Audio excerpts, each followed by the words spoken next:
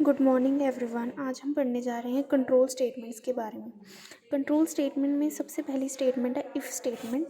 If statement जो होती है उसमें हम कंडीशन को एक्सप्रेस करते हैं। इफ़ स्टेटमेंट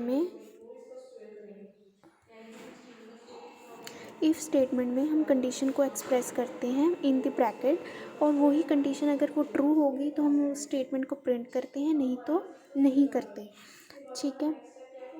उसके बाद इफ़ कंडीशन अगर ट्रू होती है तो हम स्टेटमेंट को प्रिंट करते हैं, अदरवाइज़ नहीं करते। ठीक है।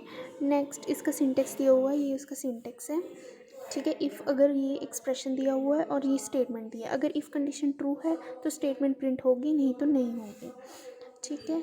नेक्स्ट है if else statement. If else statement में क्या होता है कि अगर कंडीशन ट्रू हुई तो ये वाली स्टेटमेंट प्रिंट होगी, अगर कंडीशन फॉल्स हुई तो ये वाली स्टेटमेंट प्रिंट होगी। स्टेटमेंट प्रिंट ज़रूर होगी। ठीक है। अगर रिज़ल्ट ट्रू आया तो ये वाली स्टेटमेंट, अदरवाइज़ ये वाली स्टेटमेंट। ठीक है। ये इसका सिंटेक्स दिया हुआ है, ये इसका फ्लो चार्ट है कि अगर टेस्ट एक्सप्रेशन हमारा ट्रू है तो ये वाली स्टेटमेंट प्रिंट होगी, अगर टेस्ट एक्सप्रेशन हमारा फॉल्स है तो ये वाली स्टेटमेंट प्रिंट होगी।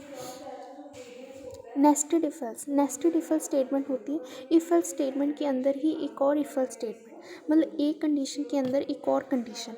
ठीक है। उसी को हम कहते हैं nested if else statement. Nested if else statement execute two different codes depending upon whether the test expression is true और फॉल्स। ठीक है। एक एक्सप्रेशन ट्रू हुआ तो वो एक कोड के पास जाएगा, उसके अंदर इफ एल्स कंडीशन होगी।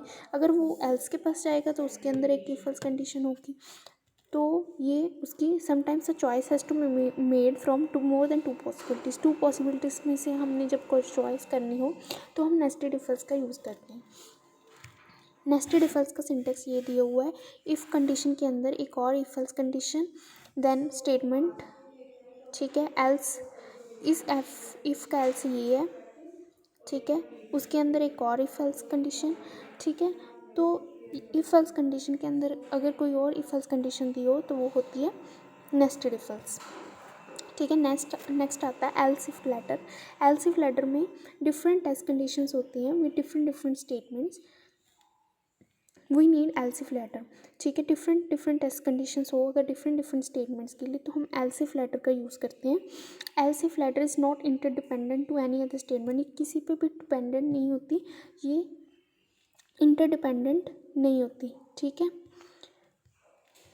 किसी भी कंडीशन पे। ठीक है। इफ़ के अंदर एल्स इफ, ठीक है, उसके अंदर else if and then else, last else. ठीक है। ये एल्स के अंदर एक और कंडीशन दी हुई है, इस एल्स के अंदर भी एक और कंडीशन दी हुई है, तो हम एल्स इफ लेटर का यूज़ करते हैं। ठीक है। नेक्स्ट आता है स्विच स्टेटमेंट। स्विच स्टेटमेंट जो होती है वो नेस्टेड इफ एल्स स्टेटमेंट से ज़्यादा फास्टर होती है। हम स्विच स्टेटमेंट को यूज़ कर सकते हैं नेस्टेड इफ एल्स की जगह। ठीक है। सिंटेक्स क्या होता है स्विच स्टेटमेंट का, वो बहुत ही क्लीनर, मतलब ईजी होता है अंडरस्टैंड करने के लिए।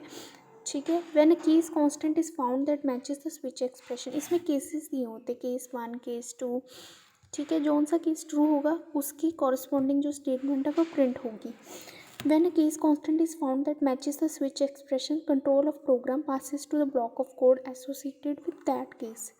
ठीक है। Break statement is use to prevent the code running into the next case. अगर हम ब्रेक स्टेटमेंट लगा दें तो ये वहीं पे स्टॉप कर देता है आगे केसेस को फाइंड करना। ठीक है।